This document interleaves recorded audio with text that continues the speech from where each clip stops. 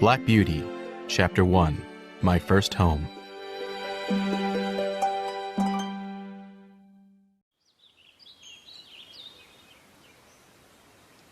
What is it like to be a horse? I can tell you because I've been one all my life. And what a life it has been. The first thing I remember is the field where I was born. It had plenty of grass, a pond, and trees for shade. There was a shed at one end where we could stand when it was cold. Outside the fence lay more fields, a stream, and our master's house.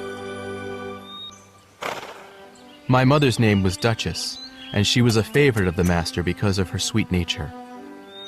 Whenever she saw him, she would neigh and trot over to greet him. There were other mares and foals in the field as well. I ran and played with the other males. These colts were all older and bigger than me. Sometimes their play turned rough, with lots of kicking and biting. One day my mother called me away from them.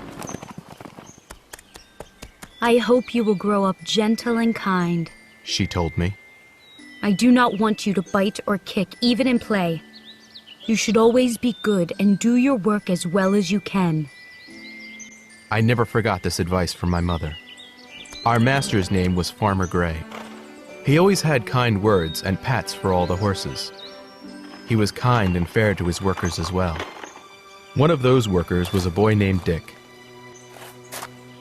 Sometimes, after Dick finished his work, he came into our field to pick berries. And sometimes that wasn't the only thing he did. Hey, you! He yelled at us one day. I was grazing nearby with the other colts. We all looked up at the sound of his voice. One of the bigger colts took a step toward him. I could tell the colt was hoping for a treat like the ones Farmer Gray often brought us. Go on! Dick shouted. I want to see you run! Then he threw a stick at the big colt. It hit him hard on the chest. The colt was so surprised that he snorted, whirled around, and kicked up his heels. Then he galloped off toward the mares, who were grazing at the other end of the field. That made the rest of us run too. Behind us, I heard Dick laughing loudly. After that, Dick often hurled sticks and stones at us to make us run. Once we understood his game, we stayed far enough away so he couldn't hit us. But once in a while, a stone would hit me, and it hurt.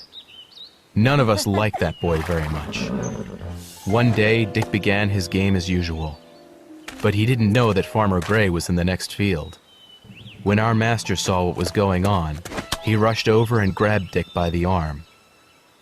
Bad boy, He scolded Dick sternly. I can tell this is not the first time you've chased the colts. But it will be the last time. You're fired. That was the last time we saw Dick. Other than Dick's visits, most of our days were quiet and pleasant. Yet there was one other incident that I have never forgotten. I was grazing in the field with the other colts. We all looked up when we heard dogs howling in the distance. The oldest colt pricked his ears and listened. Those are the hounds, He said, cantering over to the fence. The rest of us followed. What's happening? I asked my mother, who stood there looking out. It's the hunt. She told me. Humans sometimes chase rabbits and foxes on horseback. The hounds help them follow the trail. We all watched as the hunters came into sight. The hounds came first, racing after a speedy rabbit. Next came a group of riders. The rabbit scampered down the hill and leaped across the stream. The hounds followed. Most of the horses jumped the stream easily, but one slipped on the grass and fell down. His rider, a handsome young man, was flung off. He landed hard and lay still on the grass. The others returned to check on him, but he never got up, and finally they carried him away. Later we heard that the fallen rider was George Gordon. He was the only son of Squire Gordon, the richest man in the area. George had broken his neck and died in the fall. When my mother heard the news, she looked sad. I don't understand why people are so interested in hunting. she said. Then again, we're only horses. Who expects us to understand the ways of humans? I didn't know the answer to that. But soon I would learn more about the mysterious ways of humans when I left that pleasant field behind forever.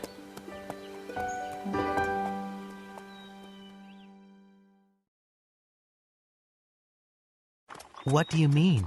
I asked her. Farmer Gray always treats all the horses well. Yes, She agreed. but other humans aren't always as kind.